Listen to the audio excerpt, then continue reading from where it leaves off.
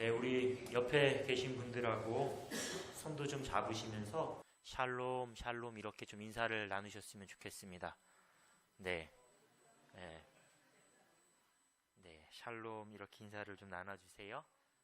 네, 함께 예배에 참여한 우리 모든 성도님들에게 넉넉한 주님의 은혜와 평화가 함께하기를 주님의 이름으로 축복합니다. 지난 한 주간에 평안히 잘 지내셨습니까? 네, 누군가 힘차게 대답을 하셨는데요. 보통 목회자들이 말씀을 시작하기 전에 평안하십니까? 이런 질문들을 많이 하곤 합니다. 근데 한 주간 평안하셨습니까? 이렇게 질문하는 건 단순히 주중에 별다른 일 없었죠? 어디 크게 편찮으시거나 걱정할 만한 큰일 없었죠? 그런 사실을 물어보는 게 아닙니다. 어떤 의미냐면요. 비록 몸이 아팠어도 또 삶에 여러 가지 문제와 어려움이 생겼다 할지라도 그럴지라도 그 속에서 하나님이 주시는 평안을 잘 지키셨죠? 잘 누리셨죠? 그런 의미의 질문입니다. 입춘을 지나면서 날이 좀 풀리는가 싶더니 지난 한 주에는 눈비가 내리고 계절이 다시 겨울로 되돌아간 것 같았는데요. 이렇게 오락가락하는 날씨처럼 우리의 삶의 상황도 분명 화창한 봄날 같다가도 갑자기 먹구름이 몰려오고 비바람이 몰아치기도 합니다. 하지만 그럼에도 불구하고 우리는 이미 주님으로부터 상황을 초월해서 누릴 수 있는 평안을 선물 받았습니다. 십자가 죽음을 앞두고 근심하고 있는 제자들에게 예수님께서 성령을 통해 주시는 평안을 분명하게 약속하셨습니다. 요한복음 14장 27절의 말씀입니다. 평안을 너희에게 끼치노니 곧 나의 평안을 너희에게 주노라. 내가 너희에게 주는 것은 세상이 주는 것과 같지 아니하리라.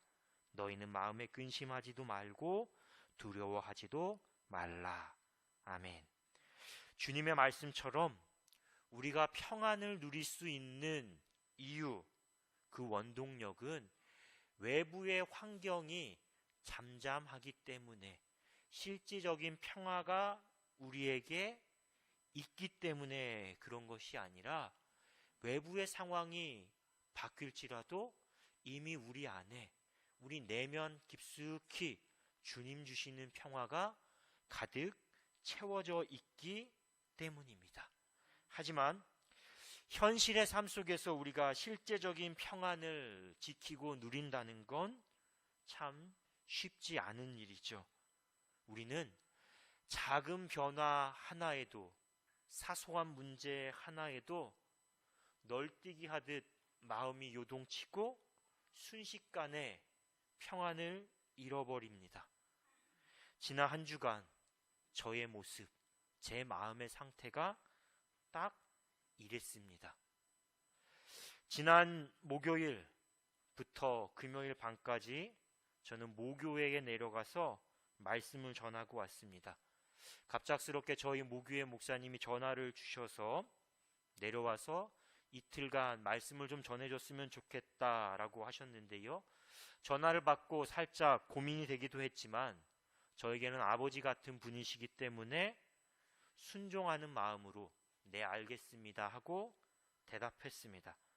하지만 말씀을 준비하는 내내 제 마음속에는 걱정, 근심, 불안 이런 어두움들이 가득했습니다. 특히나 말씀을 전하는 그 자리, 그 시간이 신년 축복 성회입니다. 우리가 흔히 알고 있는 부흥회였죠. 부흥회. 그래서 걱정이 더 많았습니다.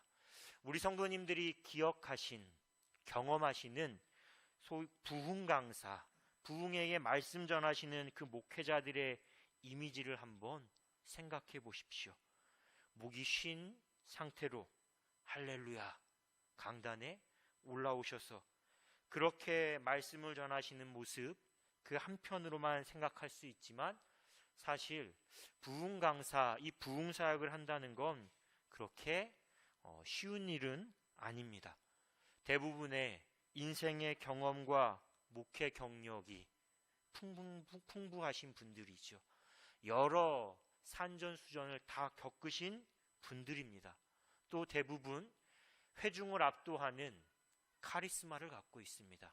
아니면 말 그대로 성도님들을 들었다 놨다 하는 그런 감동을 전해주시거나 아니면 웃음을 한바탕 전할 수 있는 그런 남다른 재능, 달란트를 가지신 분들이죠. 그런 분들과 저를 비교하면 사실 저는 부흥의 와는 전혀 맞지 않습니다. 더욱이 교회마다 저마다의 특색, 색깔이라는 게 있지 않습니까? 교회마다 가지고 있는 분위기라는 게 있습니다. 저희 모교회는 쉽게 말하면 아주 뜨거운 교회입니다. 뜨거운 교회. 기도를 시작할 때면 자연스럽게 두 손을 들고 주여 삼창을 외치고 오랜 시간 통성기도, 방언기도를 계속하는 그런 뜨거운 열정이 있는 교회입니다. 그렇기 때문에 목회자로서 은혜를 사모하는 마음으로 나온 성도님들에게 그저 공허한 마음으로 돌아가게 한다면 그건 하나님 앞에서나 교회 앞에서 참 부끄럽고 죄가 되는 일일 것입니다. 그러니 시간이 다가올수록 저는 어떡하지? 그런 부담감, 그런 걱정에 짓눌렸습니다. 그래서 급기야 배도 아프고 몸살이 나기까지 했는데요. 그런 심적인 고통, 그런 불안 속에서 저에게 큰 힘이 되었던 말씀, 그 말씀이 바로 오늘 시편 62편의 말씀입니다. 이 말씀을 계속해서 다시 깊이 묵상하면서 저는 마음을 다잡고 단지 하나님의 도우심을 간구했습니다. 제가 믿고 의지할 수 있는 분이 하나님 한 분밖에 없었기 때문이죠. 시편 말씀은 하나님께 올려지는 기도와 찬양을 담은 한 편의 찬양 모음집입니다. 그리고 총 150편의 말씀 가운데에 160편이 본문 앞에 이 말씀이 누가 썼고 어떤 상황에서 쓰여졌는지 또 어떻게 읽고 묵상하고 찬양해야 하는지 간략히 소개하는 표제를 달고 있습니다. 굵은 글씨로 간단하게 짧은 설명이 있는 것이죠. 오늘 우리가 함께 읽은 시편 62편도 다윗의 시, 인도자를 따다 여두둔의 법칙에 따라 부르는 노래, 이런 표제를 달고 있습니다. 다윗이 이 찬양의 가사를 썼고 누구인지 정확히 알 수는 없지만 여두둔이라는 이 성가대 지휘자의 지휘법에 따라서 불렸던 찬양이다, 이런 설명입니다. 성경학자들은 이 시편 62편이 다윗이 아들 압살롬의 반역으로 도망치는 상황에서 하나님을 향해 드리는 다짐, 하나님을 향한 기도다라고 추정하는데요. 본문의 배경이라 할 수 있는 사무엘하 13장부터 15장까지의 말씀을 보면 아들 압살롬과 아버지 다윗의 특별한 관계, 특별히 아버지 다윗이 압살롬을 향해 품고 있는 애틋한 마음이 담겨 있습니다. 압살롬은 자신의 누이인 다말을 욕보인 이복형 암논을 살해했습니다. 그리고 아버지 다윗으로부터 도망쳐서 3년 동안 구술왕이라는 사람에게 잠시 몸을 의탁했습니다. 다윗은 자신의 아들 암논이 죽었다는 그 사실에, 그것도 형제의 손에 의해 목숨을 잃었다는 사실에 한동안 큰 슬픔에 잠겨 있었습니다. 하지만 시간이 지나자 오히려 형제를 살해한 아들 압살롬을 간절히 그리워하게 됩니다. 그리고 결국에는 압살롬을 용서하면서 그를 예루살렘으로 다시 돌아오게 했습니다. 그런데 압살롬은 아버지 다윗의 용서에도 불구하고 다윗을 속여가면서 반역을 일으켰습니다. 안심하고 있던 무방비 상태였던 다윗은 결국 압살롬을 피해 예루살렘을 버리고 서둘러 도망쳐야 했습니다. 사무엘하 15장 30절은 이렇게 압살롬을 피해 도망치는 다윗의 모습을 이렇게 기록하고 있는데요. 세번역 성경으로 말씀을 보겠습니다. 다윗은 올리브산 언덕으로 올라갔다. 그는 올라가면서 계속하여 울고 머리를 가리고 슬퍼하면서 맨발로 걸어서 갔다. 다윗과 함께 있는 백성들도 모두 머리를 가리고 울면서 언덕으로 올라갔다. 오늘 우리가 읽은 시편 62편 3절 4절 말씀 역시 다윗의 처한 상황을 가리켜서 넘어지는 담과 같다. 흔들리는 울타리와 같다. 그만큼 아주 위태로운 상황에 지금 다윗은 놓여 있다라고 이야기합니다. 그런데 그런 그 위기의 순간에서도 다윗은 하나님을 향하여 1절 2절과 같이 고백하는 것입니다. 나의 영혼이 잠잠히 하나님만 바라며 나의 구원이 그에게서 나오는도다. 오직 그만이 나의 반석이시오 구원이시오 나의 요새이시니 내가 크게 흔들리지 아니하리로다. 지금 다윗은 아들 압살롬 반역으로 삶의 평화가 완전히 깨진 상황입니다. 아니, 큰 잘못을 했음에도 용서할 만큼 사랑했던, 아꼈던 아들에 대한 그 배신감, 그리고 목숨이 위태롭다는 두려움에 사로잡혀서 어떤 불만과 원망으로 사로잡히는 게 당연한 상황이죠. 그런데 놀랍게도 다윗은 이 상황 속에서도 하나님을 향해 이 믿음의 고백을 올려드리는 것입니다. 사실 우리도 오늘 본문 말씀 속에 잠잠히 하나님만 바라봐라 이 말을 종종 하곤 합니다. 목회자인 저를 포함해 우리 성도님들께서도 주변에 어려움을 겪고 있는 누군가를 격려할 때, 또 권면할 때 집사님, 권사님, 아무리 상황이 어려워도 누구 때문에 마음이 속상해도 그래도 좀 우리 하나님만 바라봤으면 좋겠습니다. 하나님만 의지하십시오. 잠잠히 하나님만 붙드십시오.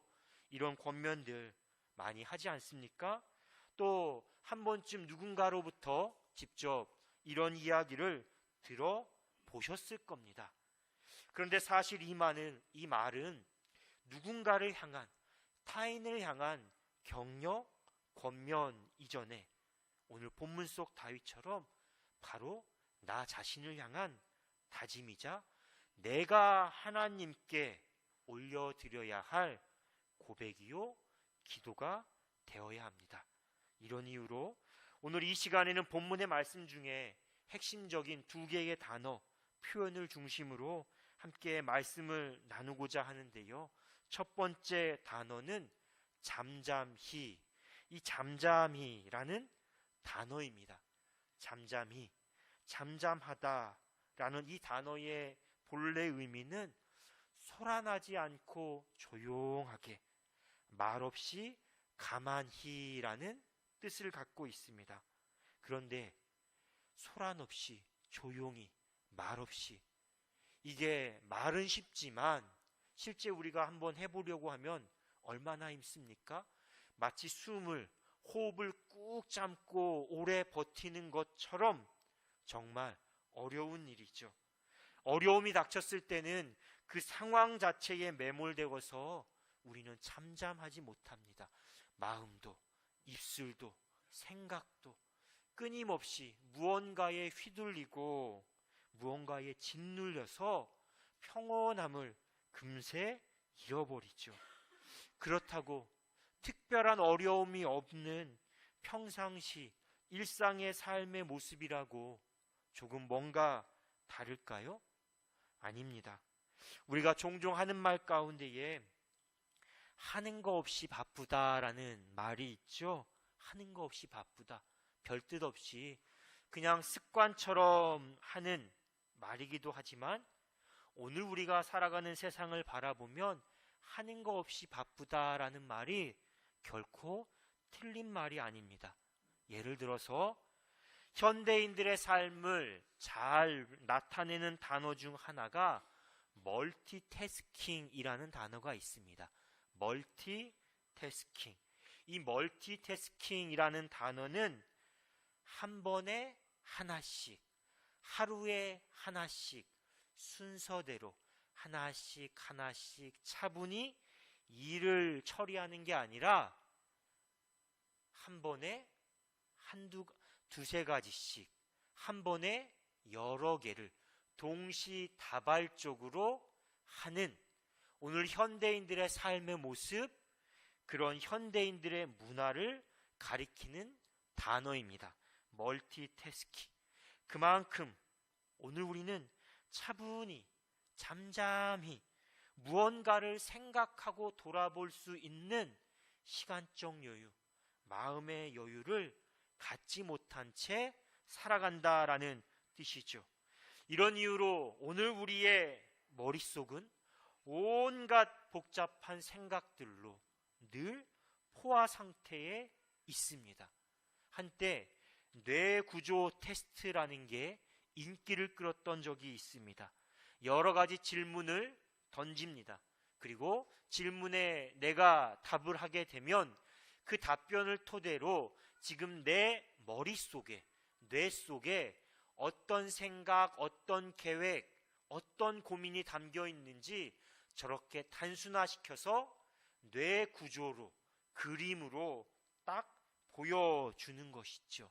한번 지금 오늘 여러분들의 마음속에, 여러분들의 머릿속에 어떤 생각이 담겨 있는지를 한번 생각해 보시기 바랍니다. 여러분들이 이 뇌 구조 테스트를 하게 된다면 어떤 그림이 나올까요? 오래전부터 기독교 영성가들, 수도자들은 우리 사람 내면에는 크게 두 가지의 마음이 있다고 진단했습니다. 하나는 편심, 하나는 분심입니다. 편심이라는 건 기울어진 마음입니다. 어느 한쪽으로 치우쳐진 마음. 편심의 반대말은 불편심입니다. 내 마음이 불편하다고 해서 불편심이 아니라 아니불 기울편, 기울지 않은 마음. 편심과 불편심, 그 영적인 내적인 갈등, 전투가 우리 마음속에서 벌어지고 있는 것이죠. 또 하나의 마음은 분심입니다. 분심. 단어 그대로 보면 화나고 억울한 마음이라고 정의를 하는데, 신앙의 용어에서 분심이라는 건 일종의 잡념입니다. 잡념. 이런 경험 다 해보셨을 겁니다.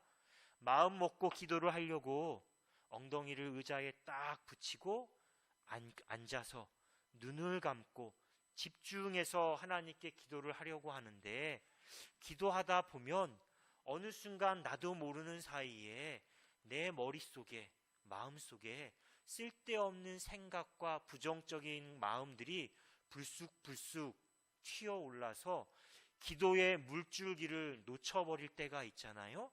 그 마음이 바로 분심입니다. 영적인 잡념, 먼지와 같은 생각들이죠. 이런 분심, 이런 편심들이 여전히 현대를 살아가는 우리에게도 하나님께 집중할 수 없는, 오늘 현재 나의 삶에 집중할 수 없는 그런 어려움을 가져다 주는 것이죠. 그렇기 때문에 우리 머릿속은, 마음속은 늘 복잡하고 삶은 늘 분주합니다. 그래서 정작 중요한 것들을 놓쳐버리는 상황들이 발생합니다.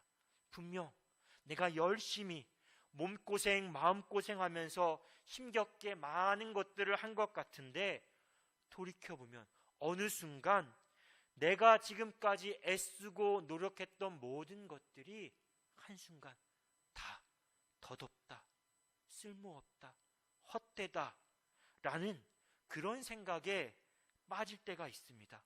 정신없이 이른 아침부터 늦은 밤까지 여러 사람들을 만나면서 분주하게 살았습니다. 그런데 정작 나에게 가장 소중한 사람, 내가 먼저 챙겨야 할 사람과의 관계는 소홀히 할 때가 있습니다. 이런 일상들이 반복되면서 우리 내면은 점점 황폐해지고 관계가 헝클어지고 문제가 발생하기도 합니다.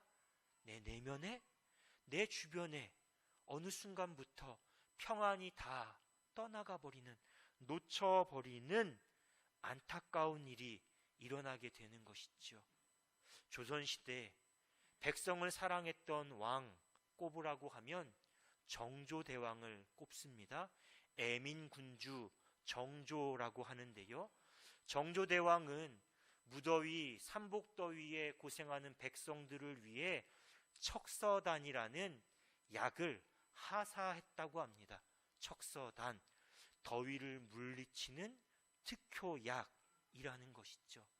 마찬가지로 오늘 현대를 살아가는 우리 자신 내면에 더위와 상관없이 내면에 끊임없이 올라오는 불, 화, 두려움, 근심, 염려, 분주함을 물리치기 위해서, 꽉 붙들기 위해서 우리에게도 또 다른 영적인 척서단과 같은 특효약이 그래서 필요하지 않겠습니까? 마음의 평안을 되찾을 수 있는 그런 노력, 그런 방법이 필요하지 않겠습니까? 우리도 이 분주한 삶, 평온함을 잃어버린 삶에서 다시 회복할 수 있는 삶의 쉼표, 잠잠함을 회복하기 위한 노력이 필요한 것이죠. 분주한 일상으로부터 몸과 마음을 어지럽히는 복잡한 생각과 소리로부터 잠시 벗어나서 차분하게 나의 내면과 나의 삶을 들여다보고 말씀과 기도에 집중하는 삶을 회복해야 하는 것입니다. 오늘 성가대가 내게 강같은 평화, 이 은혜로운 찬양을 불렀습니다.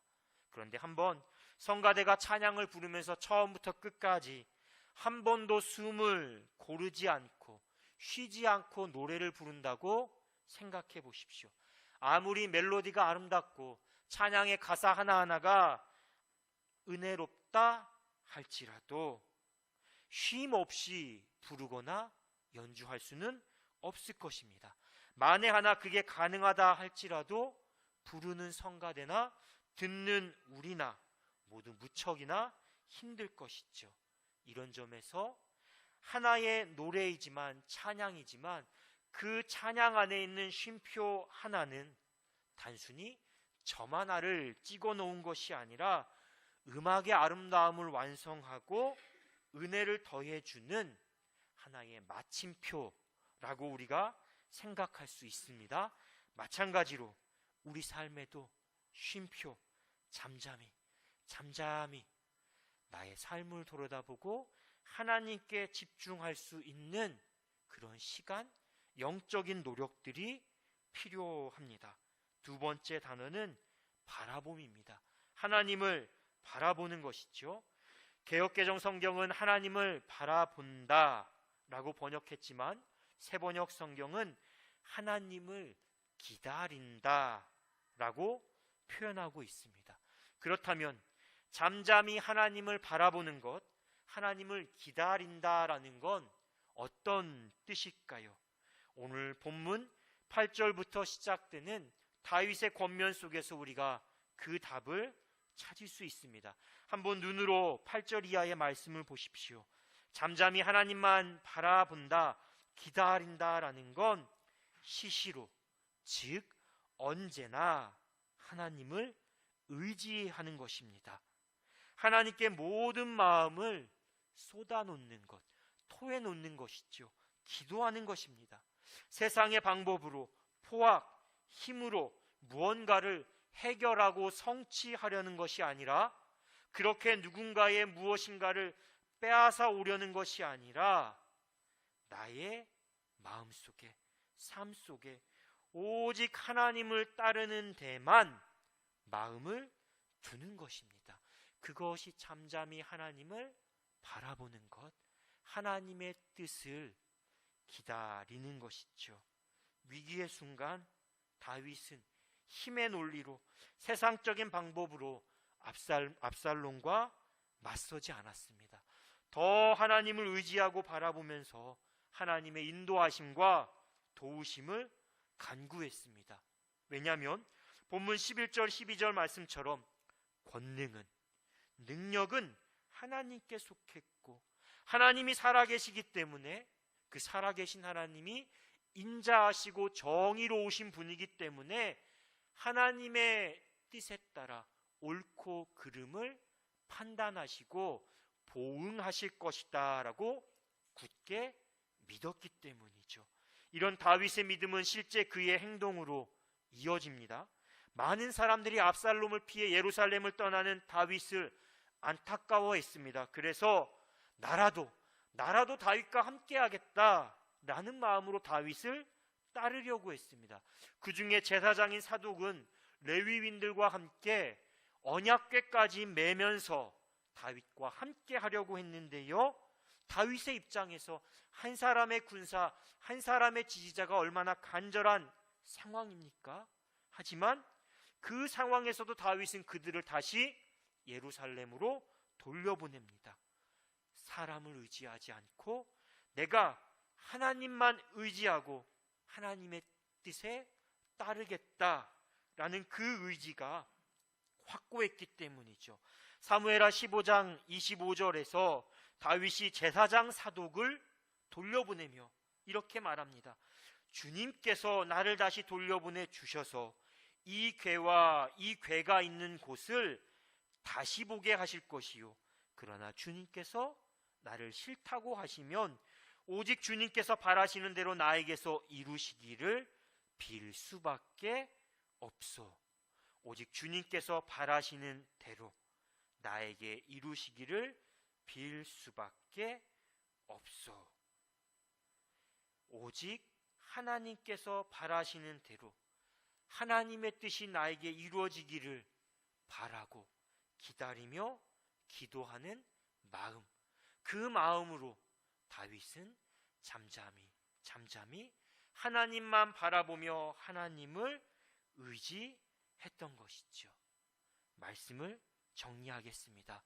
성 어거스틴은 자신의 책 고백록에서 이런 고백을 했습니다. 하나님은 우리를 당신을 향해서 창조하셨으므로 우리 마음이 당신 안에서, 하나님 안에서 안식할 때까지 평안하지 않습니다. 하나님 안에 안식할 때까지 나는 평안하지 않습니다. 사랑하는 성도 여러분, 삶이 분주할수록, 마음이 외롭고 괴로울수록 우리는 잠잠히 하나님을 바라보아야 합니다. 그분만이 우리의 구원이시요 반석이시요 요새이시기 때문에 하나님께서 모든 것들을 하나님의 뜻에 따라서 해결해 주시고 우리에게 다시금 평안을 회복하시게 하기 때문이죠. 가장 아름다운 삶, 가장 우리가 누릴 수 있는 참된 평안은 오직 하나님으로부터 나오는 것입니다. 새롭게 시작되는 한 주, 하나님께서 우리에게 선물로 주신 그 평안을 다시 회복하시고 누리는 은혜가 우리 모두에게 가득 넘치기를 주님의 이름으로 축원합니다. 주신 말씀 묵상하며 침묵으로 기도하겠습니다.